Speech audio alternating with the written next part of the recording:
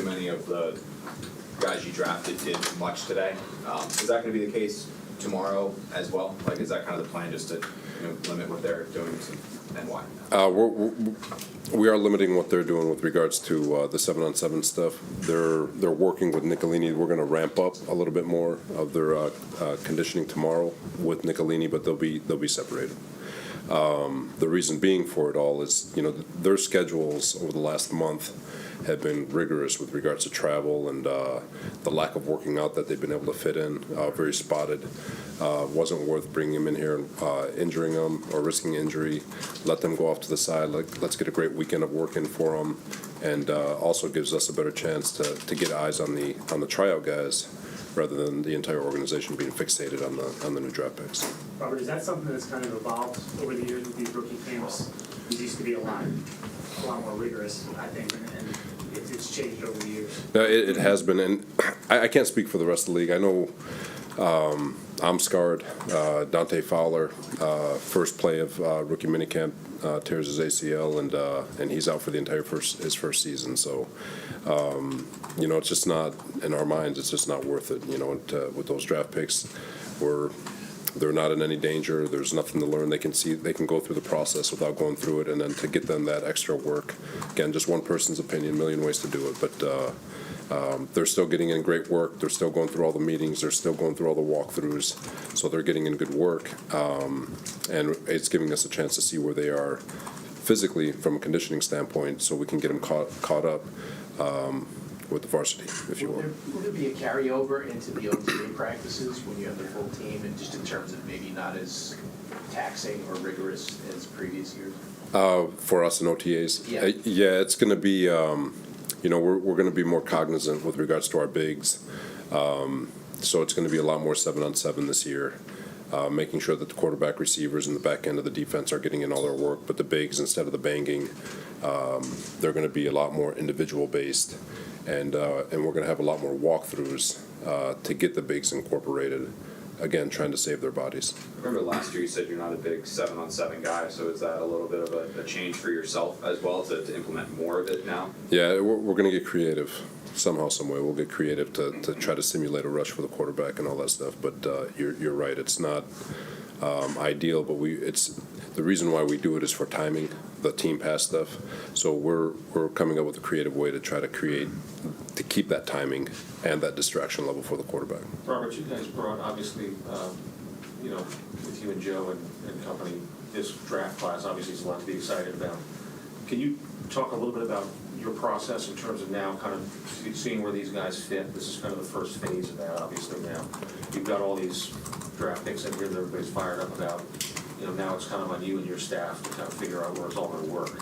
No, absolutely. And to be honest with you, a lot of that work goes into the draft process. You don't ever want to draft a kid without a vision for how he's going to fit within your schemes. And so these kids, we already have a really good idea about where they're going to be and how they're going to be used. And it's just a matter of getting them on the field, getting them up to speed, and letting them get their reps. What is your excitement level with you and your staff when these, when Sauce and company start actually doing stuff out there, and you're seeing, you can kind of start visualizing. No, it's always fun and exciting because you're adding to your team and you're adding to the competitiveness of your team. But there's a lot of guys who have been, our team's been here since the first week of phase 1. So there's a lot of guys who are busting their tails off, and we're excited about them too. So we're adding to the group. We've got a really good group already, and so there's really no pressure on them. Just come on in, compete, do your best, and we'll see how things go. Robert, when you drafted Rucker, you said he's a bulldog in the run game. What makes him so effective there? And was there more that appealed to you besides that? Yeah, he is one of those all-around tight ends. He's got ability in the pass game, which wasn't featured as much in Ohio State. Obviously, they have superstars all over the place. But to me, what makes a bulldog in the run game, and whenever you get closer to the line of scrimmage, your ability to strain to the highest level. You don't have to be the most talented person. You don't have to be the most physically imposing person. You just have to be the guy that's willing to go into the echo of the whistle. And he will strain his tail off to do his job. And and that's what makes him pretty good in the run game. So it's a mentality when you get down in there, and I think he's got that. Difficult is it for a guy like that, for you guys to see the receiving ability that you talk about, because it wasn't showcased that much, right? And you know, there's only a handful of those types of plays to No, you're right, and go over, right? so I say this, and I'm not comparing him, so please do not write any of this stuff, but like, You didn't play rookies, we so it's the same thing, like George Kittle had no pass game looks back in Iowa, you know, same thing with, I think, TJ Hawkinson, you know, so you know, there's just, it's a style of offense, you try to look at the athleticism and how it fits within how you do things, and from there, you try to maximize what he has, and you develop what he has, but, you know, is it a projection? Maybe, but you also have faith in just in what you see in the plays that you do get, that you can project him into being more than what he was able to do at Ohio State. Not because they didn't use him properly. They got, like I said, they've got other people. So You just wrote our back page headlines.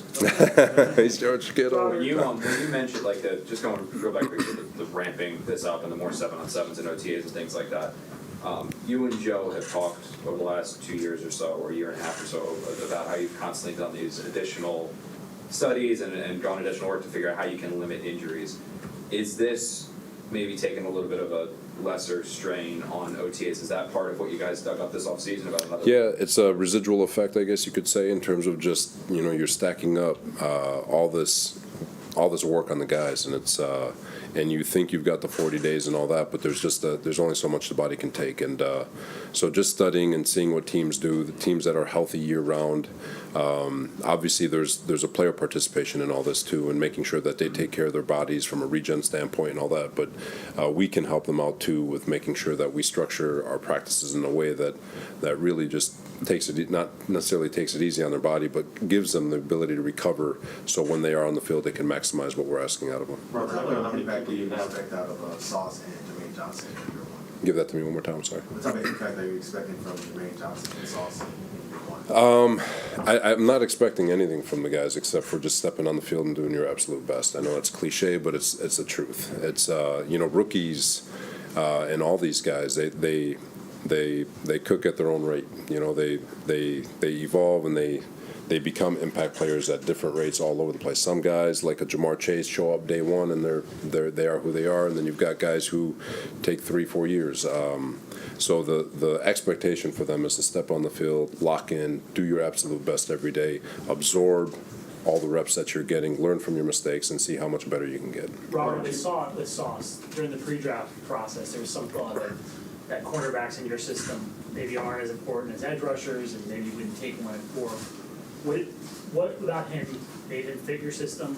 And kind of you just describe your overall philosophy. A lot of people were kind of guessing what your philosophy was, but your philosophy when it comes to the value of cornerbacks. No, I mean, it's I'm not sure on that narrative. We drafted Jalen Ramsey when I was in Jacksonville with a top 5 pick. We had Richard Sherman, and obviously he was drafted late in Seattle, but we went out and got him as a free agent in San Francisco.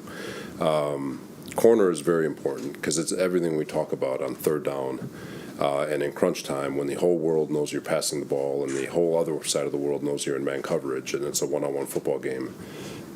That's difference making, and Sauce has the ability to do that in man coverage, but he has zone coverage ability. He's got tenacity in tackling, which teams do to us. They create short nub formations, if you will, to get the corners tackling and all that stuff, especially playing the AFC North this year. That's all they do for a living is make your corners tackle. So it's you know, there's corners are, you know, the perimeter of football is where games are won. When you talk about your edge rushers, your tackles, your quarterbacks, receivers, corners, because like I said, it's game on the line. Everyone knows you're passing in your man coverage. So corner is very important. What are some of the traits that you look for in a good zone corner? Like what makes a guy good in zone, and how do you know? Because Sauce really played pretty much press man in college the whole time. Yeah. How do you know that you can do that? I'm not going to get into too much detail on it. You do see it on tape. You know, talking, quizzing, watching film with the guy. You could see that he's an outside the box thinker. He can see he's got great vision of the field. He's a tremendous communicator. can diagnose a play before it ever snaps. I mean, it was kind of, again, I'm not comparing, but like just being with Sherm, I mean, the guy knew the play before I ever broke the huddle. I mean, as soon as I broke the huddle, I was like, oh, I know the play. And so he barely had to play football. Like if his GPS ever reached over 16 miles an hour, it was a rough day for him. You know, it's just he's playing a different game. So Sauce has a tremendous mental makeup to him that allows him to see the game differently than what most players can. So you guys drafted Kittle and Sherman this year, then? No, not quite. Not quite. That's my story. I love you guys. I don't know what the number is, 30 or so tryout guys here, right? Something, whatever that number is right now. How difficult is it for those guys to stand out, and what are you looking for, out of that? You know what? They'll stand out. You know, it's a lot of rookie minicamps, and you'll be surprised they stand out. The ones that are able to go to that next step. You know, I've been fortunate.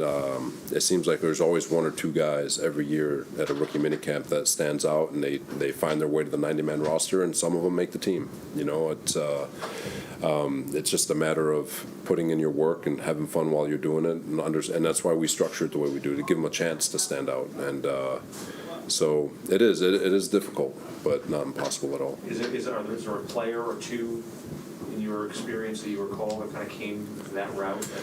I'll mention one. Benson Mayowa was a tryout guy. Comes to the tryout, dominates for 3 days, makes it to the 90-man roster, dominates during OTAs and training camp, makes it to the 53-man roster as an undrafted tryout guy. He's on the 53-man roster of the Super Bowl team in Seattle. So and that defensive line everyone remembers how good that one was, and he was there the entire year, and he's still in the league to this day. So he's the one that stands out for me. Before, oh, sorry. I still go. Go ahead, Bob. Go ahead. Thank you, DJ and Costa. Before comparing Richard Sherman and Sauce Gardner, you had mentioned about how Sauce can kind of see the play before it happens, like he has some of those tendencies. A couple times during when he was out there, it was just the defense, like I think it was linebackers, corner safeties out there.